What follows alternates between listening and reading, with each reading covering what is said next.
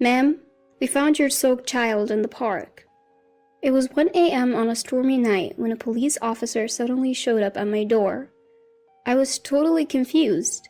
After all, my 2-year-old daughter was peacefully sleeping in her bed. The officer had with him a little girl, around 4 years old, wearing tattered clothes and looking frail. She stared at me trembling with tears in her eyes. The officer showed me a note the girl was clutching and had my name and address written on it. Could it be? I suddenly hugged the little girl, and a flood of memories rushed back into my mind. I am Susan, a 33-year-old housewife. I live with my husband Michael, who is the same age, and our 2-year-old daughter Sarah. We have a happy life together, but I have a past I'd rather not remember. It was 5 years ago. I got married for the first time when I was 28. My husband was Joseph, my boss at the company where I worked. Joseph was a generous mentor, and I admired his confidence and his ability to put people at ease.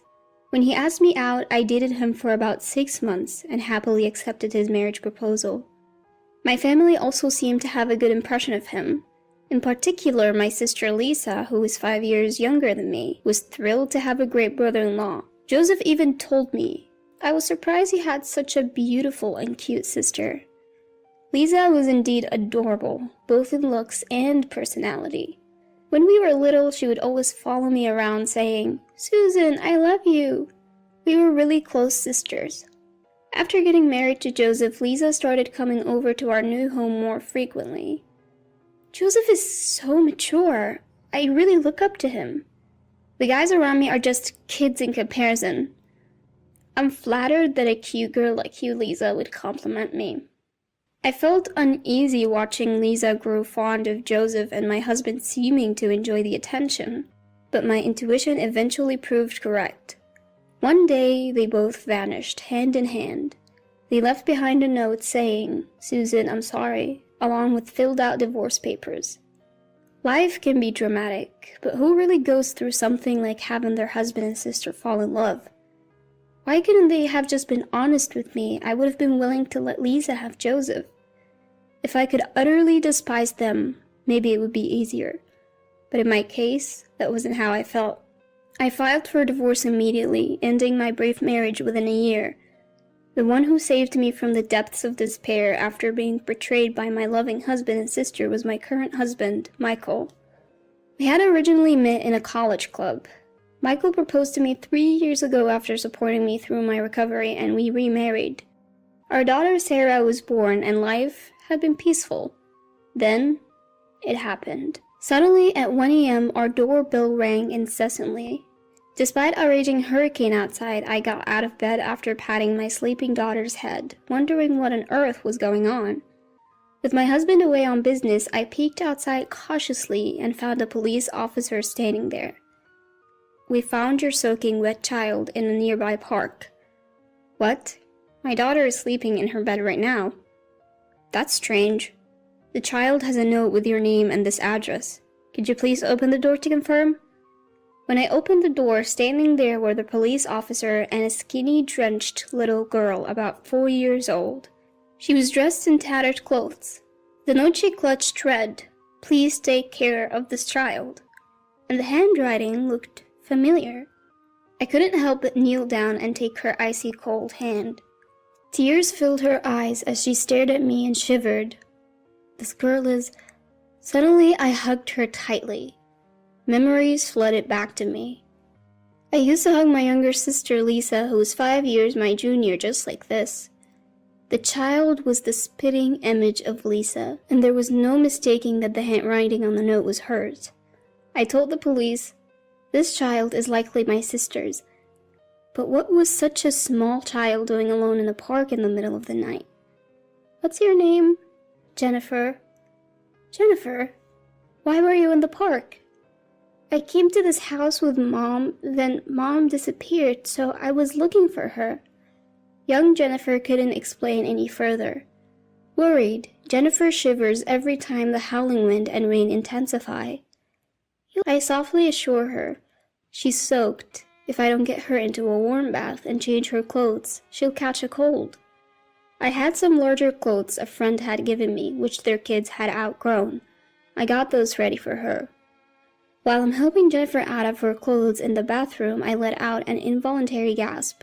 Unbelievably, her body has multiple bruises as if she's been pinched and slapped. My heart tightens thinking what she's been through with such a small body. To top it off, she's wearing a handmade charm hanging from her chest over her undershirt. Curious as I am about it, I put it aside for now and get her into the bath. After the bath, when I comb her hair and dress her in clean clothes, Jennifer looks remarkably refreshed and adorable. She's thin, but she strongly resembles my sister Lisa when she was young. I'm convinced Jennifer is Lisa's daughter. I took her into bed, wrap her in a blanket, and hug her. "Rest easy. Good night," I say. She murmurs, "So warm," and, reassured, falls deeply asleep. The next morning, while Jennifer and Sarah are still sleeping, my mobile phone rings. An unknown number. Cautiously, I answer. No one speaks, but I can hear faint breathing. "Lisa, is that you?" "No, it's me, Joseph. Long time. Glad your number hasn't changed, Susan." "It's my ex-husband, Joseph. What do you want now?" "Strange question, but are you taking care of a girl?" I hesitate, but feign ignorance, recalling last night. "What are you talking about?" "How's Lisa?" Joseph avoids answering and hangs up, saying, "Never mind then." In truth, after Jennifer had gone to sleep, I'd opened the charm and found a letter inside. It read, "Susan, I'm sorry, I know I can't ask for favors now, but please take care of my daughter, Jennifer." Additionally, the letter had shocking revelations that left me trembling with anger. It also provided the location of the bar where my sister works, so I decided to go meet her. I'll leave Sarah and Jennifer with my mom at our family home. Seeing Jennifer, my mom softly holds her and says, "She looks just like Lisa," tears filling her eyes. A week ago, Lisa suddenly called. She said she wanted to apologize in person and asked for your address. So that's how she found me. I had my reservations, but she seemed desperate and kept insisting, so I reluctantly agreed. "I'm sorry." "You did nothing wrong, Mom. Thanks to you, I might be able to help Lisa." "What?" "I'm entrusting these kids to you for that reason." So I left my family home and headed to the bar where Lisa works. It was only a 30-minute taxi ride away. Why didn't she ask for help sooner if she lived so close? I guess Lisa felt she couldn't rely on me no matter how tough things got. The bar was in a quiet corner of the entertainment district. Inside, it was dimly lit and smelled of alcohol and cigarettes. When I asked someone who looked like the owner about Lisa, he called for her right away. Stumbling from the back of the bar, Lisa appeared. The once plump and pretty Lisa I remember was gone. She looked skinny, worn out, and had a sickly complexion. I was lost for words. Lisa, who was still in her 20s, looked like a worn-out woman in her 40s or 50s. "Is that you, Lisa?" "Yeah, Susan, I'm sorry." After she finished saying this, Lisa stumbled and collapsed into my arms. That's when the owner coldly said, "She's not feeling well and can't work. Take her home." Seeing his attitude, I could easily imagine the harsh treatment Lisa had been getting here. I immediately took Lisa to the nearest hospital. The doctor diagnosed her with a severe illness, saying she came too late and doesn't have much time left. Lisa was immediately admitted. Overwhelmed by the news, I returned home and told my mom, who broke down crying. I, too, couldn't hold back my tears anymore. "I'll take care of Jennifer, Mom. Let's support Lisa together." "Yes, I'll do everything I can." Having made this promise with Mom, I took Jennifer and Sarah home. My husband Michael, who returned from a business trip that night, was shocked to see one more child in the house. When I discussed Jennifer with him, he said, "Let's pray for Lisa's recovery. In the meantime, Jennifer can stay with us." The next day, when we took Jennifer to visit her mom in the hospital, she ran up to Lisa crying. "Mom, I've missed you." "Jennifer, I'm sorry. Are you okay?" "Yeah, I'm fine. Aunt Susan is really nice." Tears in her eyes, Lisa lovingly stroked Jennifer's hair. My sister thanked me and gave me something to help protect Jennifer. From then on, Jennifer stayed with us and we occasionally took her to see Lisa in the hospital. After about 10 days, Jennifer, who had been so frail, started to look healthier and even smiled a bit. She grew fond of Sarah, almost as if they had been sisters forever. Just when I was happily watching the two of them play, I got a call from my mom back home. "Joseph just showed up at the house," she said. "I am demanding to know where Lisa and Jennifer are. Hand them over right now." "I got scared and gave him your address. I'm sorry. Get out of there before he finds you." I was hurriedly getting the kids ready to leave when the doorbell rang multiple times. Could it be Joseph already? I peered outside, and sure enough, there he was, face red with anger. Seeing him like this, something in me snapped. Despite Lisa withering away, Joseph looked like he'd put in weight, even getting chubby. I opened the door and Joseph immediately started accusing me. "Heard you got remarried and live in a nice house, enjoying the high life, huh?" "That's none of your business," I retorted. "I know Lisa and Jennifer are here. Bring them out now." "Even if they are, I can't hand them over to you." "I need Lisa to work or we don't have money. Bring her out." At that moment, Jennifer burst out and screamed, "I hate you, Dad. You always bullied Mom." "What did you say, you little brat?" Joseph tried to slap Jennifer, but I immediately stepped in between. "Lisa is in the hospital because of you. She's sick because you forced her to work and didn't allow her to get medical treatment." I had read about Joseph's recent behavior in a letter from Lisa that was inside the charm Jennifer was wearing. When Lisa got pregnant, she and Joseph left home together. Soon after Jennifer was born, they were broke and struggling. Joseph then began verbally abusing Lisa and Jennifer, saying, "This is all your fault."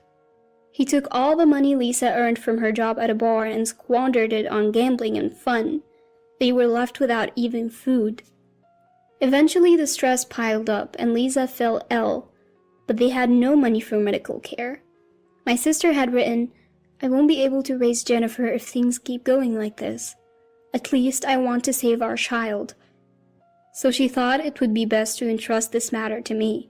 However, when Joseph heard it, far from showing remorse, he spat out foul words. "Lisa and Jennifer are to blame for everything. They ruined my life. It's only right that they make amends. I don't know what sort of life you've been leading, but you've brought all this upon yourself. It's all your own doing." "No, Lisa came on to me. I had no choice but to get involved. It's all her fault." "You got to be kidding me. You're the adult here, and you took advantage of a young girl like Lisa. You've done terrible things to my sister and Jennifer. I'll have you prosecuted." "You have no proof. Still think so after seeing this?" I showed Joseph pictures of Jennifer covered in bruises as well as medical reports saying Lisa also had bruises all over her body. Joseph's face changed for a moment, but he soon began to taunt me again. "See? Women are so foolish. Who's to say who caused those bruises? Especially with Jennifer. It could have been her mother." "You're a despicable man. I have more evidence. Take a look at this." I showed him a mobile phone entrusted to me by Lisa. The phone contained audio clips of Joseph spewing abuse and committing acts of violence, providing ample evidence. Suddenly, Joseph lunged at me, trying to snatch the phone away. "Stop it. What are you doing?" At that moment, Michael and the police arrived, raising their voices and pulling Joseph's grabbing hand away from me. Actually, right after receiving a call from my mother, I had contacted my husband and the police. "Joseph, what you've done to my sister and Jennifer is unforgivable. I'll be handing all the evidence over to the police. You better reflect on your actions." Joseph was immediately taken away in a police car. Michael looked at me with a mix of disbelief and concern, letting out a sigh. "You should have waited for me. What you did was reckless. I'm sorry, I just couldn't stand Joseph anymore." "Are you hurt?" As he said this, looking me over for injuries, I felt so grateful that I had married this man. That night, we got a call from the hospital. Lisa's condition had suddenly worsened and she was critical. I rushed there with Jennifer. Lisa was barely breathing but still conscious. Hang in there. Joseph is arrested now. You're safe. Susan, I'm sorry I messed up. Don't say that. I'm the one who introduced you to that horrible man. This isn't your fault, Lisa. Thank you. Please take care of Jennifer. Don't worry, I'll look after her until you get better. You need to hang on. Jennifer gripped Lisa's hand tightly, tears streaming down her face. Mom, Jennifer, I'm sorry. I'll be watching over you from the sky. Be a good girl. Mom, I'll be good. I want to be with you. Mom, Jennifer. And with that, Lisa lost consciousness. My sister passed away quietly the next day. Our prayers went unanswered. If I had stayed with Joseph, my daughter and I might have faced a similar fate. I wonder if Lisa became my stand-in. I can't shake that feeling. After the trial, Joseph was sentenced to prison. My parents filed for compensation and child support from Joseph. His parents apologized for their son's actions and offered to cover the costs. They promised to make him work to pay them back after his release. Jennifer chose to live with us, so we plan to adopt her. The compensation and child support will be saved for her future. Now, Sarah looks up to Jennifer like a real sister. Seeing them together reminds me of my own sister and me when we were young. I'm committed to supporting both of them as they grow up.